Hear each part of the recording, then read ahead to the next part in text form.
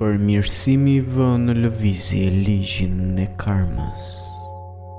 Në atë shkallë që ti përmirësohesh, në atë shkallë ti do t'i gjesh mundësi të shtuara.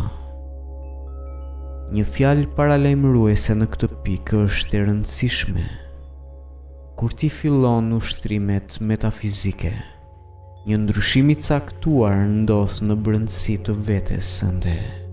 Por ndiu konfident se je i mbrojtur nga çdo shqetësim fiziologjik, por asgjë nuk mund të mbrojë ty nga ligji i karmës. Ky ligj ka një mënyrë përshpejtuese, me rezultatin se studimi i këtij lloji do të rrisë me padyshim problemet e tua personale.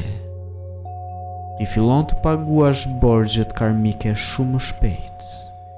Kjo është e rëndësishme përfundimisht, por është ndonjëherë poshtruese, e sikletshme në atë moment ndodhje. Ti duhet të jesh i përgatitur të përballesh me situata të pakëndshme dhe të vështira. Ato do të shfaqen në momentin që ti fillon të studiosh. Është një proces pastrimi në të cilën vetdia po e thposh disa pjesë negative të vetes. Kur trupi hedh poshtë elmimet fizikisht, kjo përkthehet në sëmundje.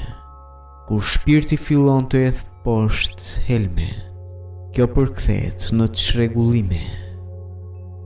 Këto shpesh marrin formën e vështirësive me personat përreth nesh, problemeve financiare dhe vështirësive të temperamentit.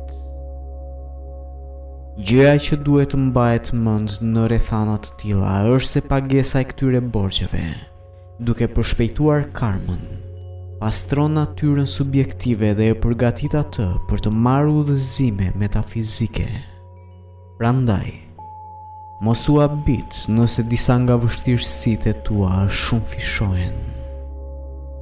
Është inkurajuese të kujtojmë se mençuria e natyrës nuk lejon asnjëherë që asnjë individ të përballet me pengesa të pakapërcyeshme.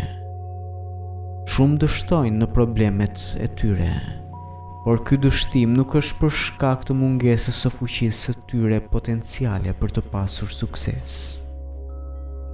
Në përgjithësi, problemet me të cilat metafizikanti përballet përshtaten me zhvillimin e vetdijes së tij. Dhe nëse ai do të jetojë në atë që ai beson, ai do të zbulojë se pengesat do të zhduken mjaft shpejt, duke lënë pas vetëm një pasuri eksperiencash dhe një vlerësim më të thellë të vlerave.